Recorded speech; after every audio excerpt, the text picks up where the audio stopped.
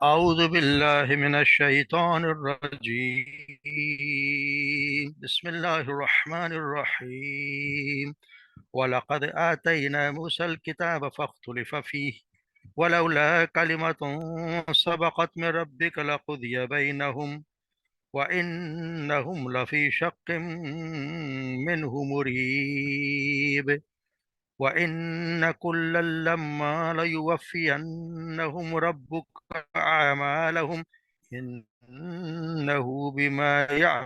يعملون خبير. فاستقم كما أمرت ومن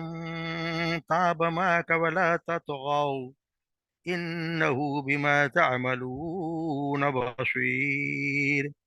ولا تركنوا إلى الذين ظلموا فتمسكم النار وما لكم من دون الله من أولياء ثم لا تنصرون. وأقم الصلاة طرفي النهار وزلفا من الليل إن الحسنات يذهبن السيئات ذلك ذكرى للذاكرين. فاصبر فإن الله لا يضيع أجر المحسنين. صدق الله العظيم. وَلَقَدْ آتَيْنَا اور یقیناً آتینا ہم نے بھیجی موسیٰ کے طرف الکتاب کتاب موسیٰ کو بھیجا کتاب کے ساتھ فاختلف فی پس انہوں نے اختلاف کیا اس میں وَلَوْلَا کلمۃ سبقت اور اگر نہ ہوتا کلمۃ سبقت یعنی کہ تم آپ کے رب کا فیصلہ پہلے سے بات نہ ہوئی ہوتی آپ کے رب سے طے شدہ مر رب کا آپ کی طرف سے لقضی بینہم تو ضرور یقیناً چکا دیا جاتا یا کر دیا جاتا ان کے درمیان فیصلہ وَإِنَّهُمْ اور بے شک وہ لفی شک مِنْهُ مریب وہ اس میں لفی شک میں پڑے ہوئے مِنْهُ مریب جو بہت زیادہ ایسا شک جو بے چین کرنے والا ہو وَإِنَّ كُلَّ لَمَّا اور بے شک کل اور ہر سب یعنی ہر کوئی لمّا یوفینہم جب یوفہم ضرور وہ بدلا دیا جائے گا اسے بدلا دے گا پورا رب کا تیرا رب اعمالہم ان کے اعمال کا یعنی آپ کا رب ضرور انہیں پورا بدلا دے گا ان کے اعمال کا انہو بما یعملون خبیر انہو بے شک وہ بما اس سے یعملون جو وہ کرتے ہیں خبیر خوب خبردار ہے خوب خبر رکھنے والا ہے فاستقم پس ثابت قدم رہیے کما امرتا اس طرح اس کا جس پر امرتا جس کا آپ کو حکم دیا گیا ہے ومن تاب معک اور وہ لوگ بھی جنہوں نے آپ کے ساتھ توبہ کی ولا تطغوا اور تم سرکشی نہ کرو انہو بے شک وہ بما تعملون اسے جو تم کرتے ہو بصیر دیکھنے والا ہے خوب دیکھنے والا ہے ولا ترکنوا اور نہ تم جھکو الی الذین ان لوگوں کی طرف ظالموا جنہوں نے ظلم کیا فتمسکم النار پس پکڑ لے گی تمہیں آگ اگر تم ایسا کرو گے تو تمہیں آگ پکڑ لے گی وما لکم اور نہیں ہوگا تمہارے لیے من دون اللہ اللہ کے سوا من اولیاء کوئی مددگار ثم پھر لا تنصرون تم مدد نہیں کیے جاؤ گے وَأَقِمِ الصَّلَاةَ اور قائم کرے نماز طرف النہاری یعنی کناروں کو النہار دن کے وَظُلَفًا مِّنَ اللَّيْلِ اور رات کی کچھ گھڑیوں میں ان الحسناتی بے شک نیکیاں یذہبنا لے جاتی ہیں یا ختم کر دیتی ہیں السیئات برائیوں کو ذالک یہ ہے ذکر للذاکرین یہ نصیحت ہے ان لوگوں کے لیے للذاکرین یاد کرنے والوں کے لیے فاصبر پر صبر کیجیے فإن اللہ تو بے شک پس اللہ یقیناً اللہ لا یضیع نہیں وہ ضائع کرے گا اجر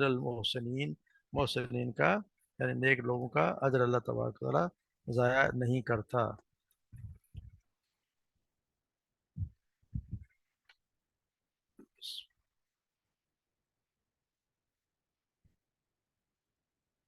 وَلَقَدْ آتَيْنَا مُوسَى الْكِتَابَ، بس یہاں سے بتایا تھا کہ اللہ آپ صلی اللہ علیہ وسلم کو تسلی دی جا رہی ہے کہ موسیٰ کو ہم نے بھی پہلے، موسیٰ کو آپ سے پہلے تورات دی تو لوگوں نے اس کے بارے میں بھی فختلف فیہ، اس میں اختلاف کیا، یعنی جماعت اختلاف، ان میں دو لوگ بٹ گئے آپس میں، کچھ لوگ اس پر ایمان لائے اور کچھ لوگوں نے اس کا انکار کر دیا. تو اسی طرح کچھ لوگوں نے بھی موجودہ احکامات پر عمل کیا اور کچھ لوگوں نے عمل نہیں کیا. تو یہ آپ صلی اللہ علیہ وسلم سے کہا جا رہا ہے کہ قرآن کریم کی وجہ سے کفار کا رویہ دیکھ کر آپ پریشان نہ ہوں. اگر پہلے سے اللہ کا فیصلہ نہ ہوتا کہ قیامت دن تک کے لیے عذاب کو اس سے مؤخر کر دیا تو پھر فوراً ہی، ورنہ تو فوراً فیصلہ کر دیا جاتا. مگر اللہ تبارک و تعالیٰ نے ایک وقت مقرر کیا ہوا، وہ کالمات میں سابقت، ایک وقت اللہ نے اپنے طرف سے مقرر کیا ہوا گنتی کے دن. اور رب بھی کا لقد یا بینہم، اگر یہ نہ ہوتا تو پھر ضرور ان کے درمیان فیصلہ کر دیا جاتا. مگر آپ تسلی رکھیں، آپ پریشان نہ ہوں. آپ سے پہلے بھی موسیٰ علیہ السلام کے زمانے میں لوگوں نے اس تورات میں اختلاف کیا. ہوتا یہ کہ شروع میں ہر کوئی ایمان لا رہے ہوتے ہیں، جب جو جو وقت گزرتا ہے تو پھر لوگ اس میں شک کرنے لگ جاتے ہیں اور ایسے ایسے اس میں سے نکالنے لگ جاتے ہیں اختلافات. اس میں قوم جو ہے وہ حصوں میں بڑھ جاتی ہے، کچھ لوگ عمل کرتے ہیں کچھ نہیں کرتے، اس میں بھی پھر وہ شک پیدا کر دیتے ہیں. اس طرح فرمایا جا رہا ہے کہ ان لفی شک من عمری، وہ ایسے اس کے ایسے شک میں مبتلا ہے جو بے چین رکھنے والا شک ہے. یعنی ابھی قرآن کریم کو فارغ کرنے کے بارے میں بہت ہی گہرے شک میں مبتلا ہے. اس طرح سیدنا عبداللہ بن عمر بیان کرتے ہیں کہ میں نے ایک آدمی کو قرآن پڑھتے ہوئے سنا اور آپ صلی اللہ علیہ وسلم کو اس کی قرت کے علاوہ دوسری قرت میں پڑھتے ہوئے سن چکا تھا. تو میں نے اس کو لے کر آپ صلی اللہ علیہ وسلم کی خدمت میں حاضر ہوا تو آپ نے فرمایا تم دونوں درست ہو، اختلاف نہ کیا کرو. تم سے پہلے لوگوں نے اختلاف کیا سو وہ ہلاک ہو گئی. یعنی ہر بات پہ اختلاف کی کوئی نہیں کرنا چاہیے. اس طرح اللہ تعالیٰ نے جیسے سورہ آل عمران میں وَلَا تَكُونُوا كَالَّذِينَ تَفَرَّقُوا وَاخْتَلَفُوا مِن بَعْدِ مَا جَاءَهُمُ الْبَيِّنَاتُ وَأُولَٰئِكَ لَهُمْ عَذَابٌ عَظِيمٌ. ان لوگوں کی طرح نہ ہو جاؤ جو الگ الگ ہو گئے اور ایک دوسرے کے خلاف ہو گئے اس کے بعد ان کے پاس واضح احکامات آ چکے تھے. یہی وہ لوگ جن کے بارے میں جن کے لیے بہت بڑا عذاب ہے. پھر فرمایا وَإِنَّ كُلًّا لَمَّا يُوَفِّيَنَّهُمْ رَبُّكَ أَعْمَالَهُمْ، اور بے شک ان سب کو جب وقت آئے گا تو تیرا انہیں ان کے اعمال کو یقیناً پورے پورے ان کو پورا پورا اجر دے گا، پورے پورے اعمال کا بدلہ دے گا، بے شک وہ جو کچھ کر رہے ہیں. انہ بما یعملون، تو اللہ تبارک و تعالیٰ سے خوب باخبر ہے. اللہ تعالیٰ قیامت کے دن تو اگلے اور پیچھے تمام امتوں کو جمع کرے گا، پھر ہر ایک کو اس کے اعمال کا پورا پورا پورا بدلہ دیا جائے گا. اگر اسے اچھا عمل کیا ہوگا تو اچھا بدلہ دے گا اور اگر برا عمل کیا ہوگا تو برا بدلہ ملے گا. تو اللہ تبارک و تعالیٰ سے تو کسی کا عمل بھی کوئی مخفی ہے نہیں، چاہے چھوٹا ہو یا بڑا ہو، چھپ کے کیا ہو یا سامنے کیا، اچھا ہو، جو بھی ہوگا اللہ تبارک و تعالیٰ تو سب کو جانتا ہے. تو اسی نیک عمل کرنے والوں کو جنت کا وعدہ اور برا عمل کرنے والوں کے لیے جنت کی دھمکی ہے. سمجھ لینا چاہیے جیسے عمل کرتے ہیں ویسے پھر اس کو بدلہ ملے. فاستقم کما امرت ومن تاب معک ولا تطغوا، فرمایا جا رہا ہے کہ ثابت قدم رہیے. یعنی کہا تو آپ سے جا رہا ہے کہ آپ ثابت قدم رہیں، بنا ہے سب کے لیے حکم ہوتا ہے. آپ سے جو بات کہی جاتی ہے وہ امت کے لیے بھی ہوتی ہے، جیسے تو آپ کو حکم دیا گیا ہے. اور وہ لوگ بھی جنہوں نے تیرے ساتھ توبہ کی ہے وہ بھی ثابت قدم رہے ہیں. اور حد سے ادا بڑھو، بے شک جو کچھ تم کرتے ہو اسے اللہ تبارک و تعالیٰ وہ خوب دیکھنے والا ہے. اس آیت میں بھی آپ صلی اللہ علیہ وسلم اور اہل ایمان کو ایک تو استقامت کی تلقین کی جا رہی ہے کہ جو دشمن کے مقابلے میں ایک بہت بڑا ہتھیار ہے. دوسرا طغیان یعنی کہ حد سے بڑھ جانا، یعنی اہل ایمان کی اخلاق کی قوت اور کردار کے لیے بہت ضروری ہے. یہاں تک کہ تجاوز تو دشمن کے ساتھ معاملہ کرتے ہوئے بھی جائز نہیں ہے. ولا تطغوا سے مراد ظلم و زیادتی ہے. اللہ نے جو حدود مقرر کیے ہیں اگر ان سے تجاوز کرنا، چاہے وہ عبادتوں میں ہو، کوئی عبادت میں غلو کرنا گناہوں کا ارتکاب ہے. جو آپ عبادت میں اگر آپ غلو کریں جو آپ سے نہیں کر اور آپ چاہیں کہ جو بہت زیادہ کریں تو یہ بھی غلو ہی ہوگا. تو اس طرح جو ہے آپ عبداللہ بن سفیان بن عبداللہ سے بیان کرتے کہ میں رسول اللہ سے سوال کیا اللہ کے رسول مجھے اسلام کے بارے میں کوئی ایسی بات بتلائیں کہ مجھے آپ کے بعد کسی سے پوچھنے کی ضرورت نہ رہے. تو آپ نے فرمایا کہ میں اللہ پر ایمان لایا پھر اس پر استقامت اختیار کی، یعنی ایمان لاؤ اور اس پر ڈٹے رہو. جیسا نا سورہ حامیم صدم پڑھتے ہیں ان الذین قالوا ربنا اللہ ثم استقاموا، بے شک وہ جنہوں نے کہا ہمارا رب اللہ، پھر اس پر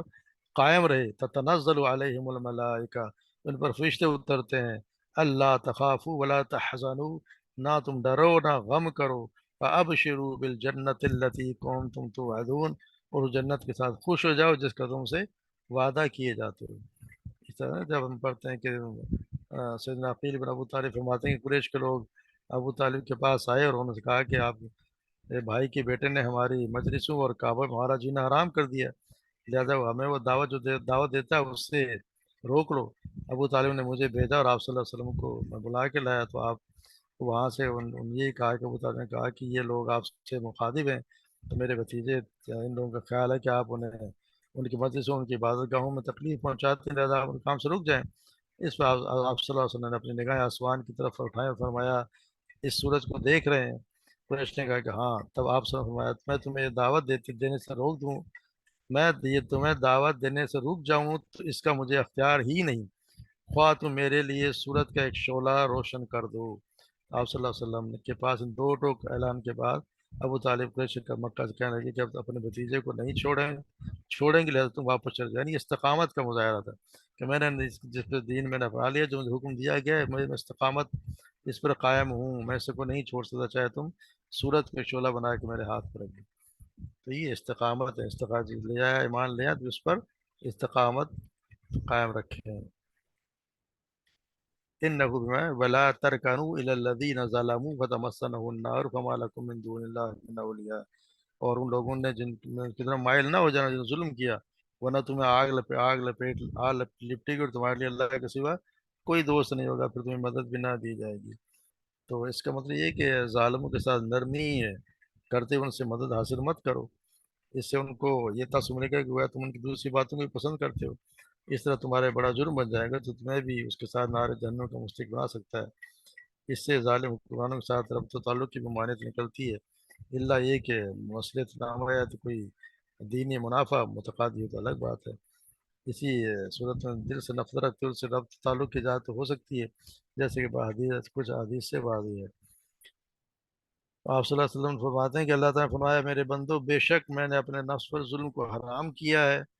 اور یہ میں تجھ سے تمہارے درمیان بھی حرام کر دیا تم ایک دوسرے پر ظلم مت کرو، یعنی ایک تو بڑا طے کروں الذین، جو لوگ ظلم کرتے ہیں اس لیے کہ ظلم آپس میں ظلم نہ کرو۔ آپ نے یہ فرمایا کہ ظلم سے بچو، کیونکہ ظلم قیامت کے دن اندھیرے میں، اور بخیلی سے بچو، ظلم قیامت کے دن اندھیرے ہیں، اور بخیلی سے بچو کیونکہ بخیلی ہی نے تم سے پہلے لوگوں کو ہلاک کر دیا، جو نے اس بات پر ابھارا کہ لوگوں کا خون بہائے اور ان کے محارم کو حلال کر لیں۔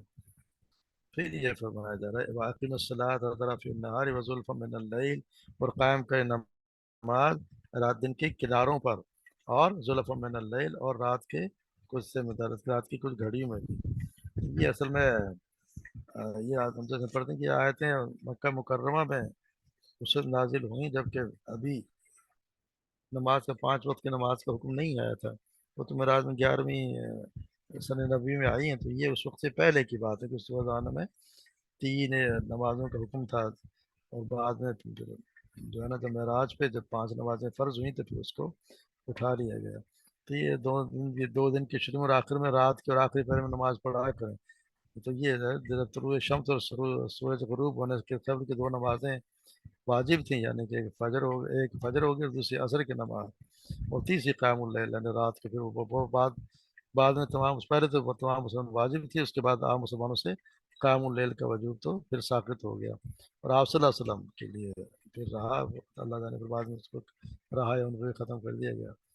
تو اس کے دن اللہ تعالیٰ نے فرمایا کہ نیکیاں برائیوں کو ختم کر دیتی ہیں، اور نیکیوں نماز کا درجہ بہت ہی اونچا ہے، سب سے پہلے نماز ہے۔ ان الحسنات یذہبن السیئات، نیکیاں جو برائیوں کو مٹا دیتی ہیں، تو سب سے اونچا درجہ اس میں نماز کا ہے، اس لیے یقیناً وہ برائیوں کو مٹا دیتی ہے۔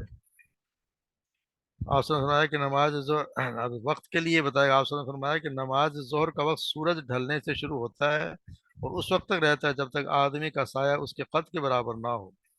یعنی عصر کی نماز کے وقت تک۔ عصر کی نماز کو اس وقت شروع ہوتا ہے جب سورج زرد نہ ہو جائے، اس وقت تک ہے جب تک سورج زرد نہ ہو جائے، اور نماز مغرب کا وقت اس وقت تک ہے جب تک شفق غائب نہ ہو جائے، اور نماز عشاء کا وقت ٹھیک آدھی رات تک ہے۔ یہ جو غلط فہمی ہے نا کہ صبح فجر تک، ایسا نہیں ہے، آدھی رات نصف نور اللیل تک ہے، آدھی رات تک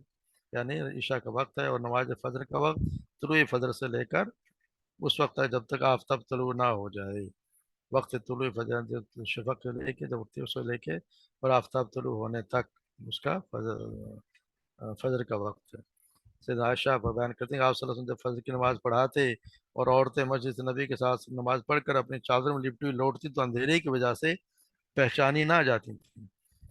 اسی طرح لیٹ پڑھنے والوں کو سیدنا انس بیان کرتے ہیں کہ آپ نے فرمایا کہ منافق کی نماز یہ ہے کہ وہ بیٹھا آفتاب کے زرد ہونے کا انتظار کرتا رہتا ہے، یعنی عصر کی نماز دیر سے پڑھتا ہے، یہاں تک جو زرد ہو جاتا ہے اور شیطان کے دو سینگوں کے درمیان ہو جاتا ہے تو وہ نماز کے اٹھ کھڑا ہو جاتا ہے اور چار ٹھونگے مارتا ہے، اس میں اللہ کو یاد نہیں کرتا مگر بہت تھوڑا۔ اس طرح آپ صلی اللہ سیدنا عبداللہ بن عمر بیان کرتے ہیں ایک رات ہم نماز عشاء کے لیے آپ صلی اللہ علیہ وسلم کا انتظار کرتے رہے، جب تہائی رات گزر گئی تو تب آپ تشریف لائے، فرمایا بے شک تو نماز کا انتظار کر رہے ہو جس کا انتظار تمہارے علاوہ دوسرے دیان والوں نے نہیں کیا، اگر میری امت پر گرا نہ ہوتا تو میں اس وقت عشاء کی نماز پڑھاتا۔ پھر مؤذن نے تکبیر کہی اور آپ نے نماز یعنی عشاء کی نماز آپ نے اس دن دیر سے پڑھائی۔ ان الحسنات کی یذہبن السیئات، یعنی یہ جو حسنات ہیں یہ برائیوں کو مٹا دیتی ہیں۔ سیدنا ابو ہریرہ فرماتے ہیں کہ آپ نے فرمایا کہ کسی کے دروازے کے سامنے کوئی نہر جاری ہو اور اس میں ہر روز 5 مرتبہ نہاتا تو تم کیا کہتے ہو، یہ نہانا اس کے محل کو باقی رہے گا رہنے دے گا؟ صحابہ کرام نے عرض کیا رسول اللہ اتنا نہانا تو اس کے محل کو ذرا سا بھی باقی نہیں چھوڑے گا؟ تو آپ نے فرمایا یہی مثال 5 نمازوں کی ہے، اللہ تعالیٰ ان کے ذریعے گناہوں کو مٹا دیتا ہے۔ سیدنا ابو ہریرہ بیان کرتے ہیں آپ نے 5 نمازیں اور دوسرا ایک جمعے سے دوسرے جمعے تک اور ایک رمضان دوسرے رمضان تک، یہ اعمال درمیانی گناہوں کو مٹا دیتے ہیں بشرطے کہ آدمی گناہ کبیرہ سے بچتا رہے۔ کبیرہ گناہ اس طرح نہیں معاف ہوتے لیکن باقی جتنے بھی چھوٹے گناہ وہ نماز سے اور بھی نیکیوں سے وہ ختم ہو جاتے ہیں۔ جس طرح سے عثمان بیان کرتے ہیں آپ سے فرمایا جس مسلمان پر کو فرض نماز کا وقت پالے پھر وہ اچھی طرح وضو کر کے نماز خشوع کے ساتھ پڑھے اور رکوع و سجود اچھی طرح کرے تو یہ نماز اس کے پچھلے گناہوں کا کفارہ ہو جاتی ہے جب تک وہ کبائر کا ارتکاب نہ کرے۔ یہ سلسلہ ہر زمانے میں جاری رہتا ہے۔ اس طرح عبداللہ بیان کرتے ہیں آپ نے فرمایا کہ جب مسلمان یا مومن بندہ وضو کرتا ہے اور اپنا چہرہ دھوتا ہے تو اس کی آنکھوں سے گناہ کی جو جن چیزوں کو دیکھا ہوتا ہے وہ گناہ باقی پانی کے ساتھ یا پانی کے آخری قطرے کے ساتھ چہرے سے خارج ہو جاتے ہیں۔ پھر جب وہ ہاتھ دھوتا ہے تو جو گناہ اس کے ہاتھوں نے کیے تھے وہ بھی پانی کے ساتھ یا پانی کے آخری قطرے کے ساتھ نکل جاتے ہیں۔ اب پھر جب پیر دھوتا ہے تو جن گناہوں کی طرف وہ پیروں سے چل کر گیا تھا وہ گناہ بھی پانی کے ساتھ یا پانی کے آخری قطرے کے ساتھ نکل جاتے ہیں یہاں تک کہ وہ سب گناہوں سے پاک ہو جاتا ہے۔ اس کا مطلب یہ ہوا کہ یہ بارے جو نماز خاص طور سے نماز اور کی چیزیں بھی معاف کر دیتے ہیں گناہوں کو، جو گناہ کا کبیرہ نہ ہو، کبیرہ گناہ کیے کہ اس کے لیے معافی مانگی جائے یا کسی کے ساتھ اگر کسی زیادتی کی تو پھر اس سے معافی بھی مانگی جائے اور اللہ سے بھی معافی مانگی جائے، طریقہ یہی ہے۔ ورنہ اگر چھوٹے موٹے گناہ اللہ تبارک و تعالیٰ نے کہ بچتے رہو، بڑے کبائر گناہ سے بچو تو اللہ تبارک و تعالیٰ چھوٹے گناہوں کو اسی طرح معاف فرما دیتے ہیں۔ پھر فرمایا وَاصْبِرْ فَإِنَّ اللَّهَ لَا يُضِيعُ أَجْرَ الْمُحْسِنِينَ، یعنی کہ انتہا آپ صبر کیجیے اور ان اللہ بے شک اللہ تبارک و تعالیٰ ضائع نہیں کرتا محسنین کے اجر۔ یعنی آپ صلی اللہ علیہ وسلم کو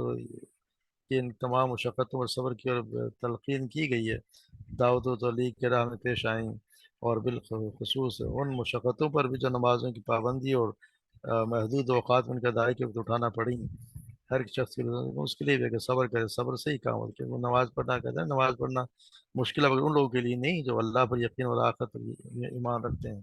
تو یہ بھی مشقت کیا کرتے ہیں پر ایک صبر ہے، ہر چیز مشقت پہ صبر کی تلقین کی گئی ہے۔ اور محسنین تو محسنین کا جیسے اس کو محسنین اصل اس کو کہتے ہیں ہم پڑھتے ہیں کہ آپ ایک حدیث میں آتا ہے ابو ہریرہ بیان کرتے ہیں کہ ایک دن آپ صلی اللہ علیہ وسلم لوگوں کے سامنے بیٹھے ہوئے تھے کہ اچانک وہاں آپ کے سامنے شخص آیا اور اس نے آپ سے دیگر سوالوں کے علاوہ یہ بھی پوچھا کہ احسان کیا چیز ہے؟ تو آپ نے فرمایا احسان یہ کہ تم اللہ کی عبادت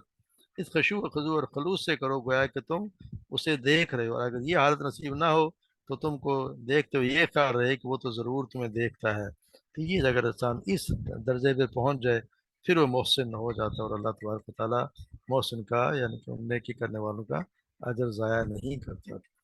تو اللہ تبارک و تعالیٰ ہمارا بھی ایمان ایسا مضبوط کر دے اور ہم بھی اس درجے پہ پہنچ جائیں۔ اور نماز کی پابندی اللہ تبارک ہمیں اور ہماری اولاد سب کو نیک نماز کی پابندی بنے اور نیک عمل کرنے کی توفیق عطا فرمایا تاکہ اگر بشری تقاضوں جو گناہ ہو جائیں وہ بھی ساتھ کے ساتھ ہی اللہ تبارک تعالیٰ معاف فرما دیں۔ وما علینا الا البلاغ۔ جی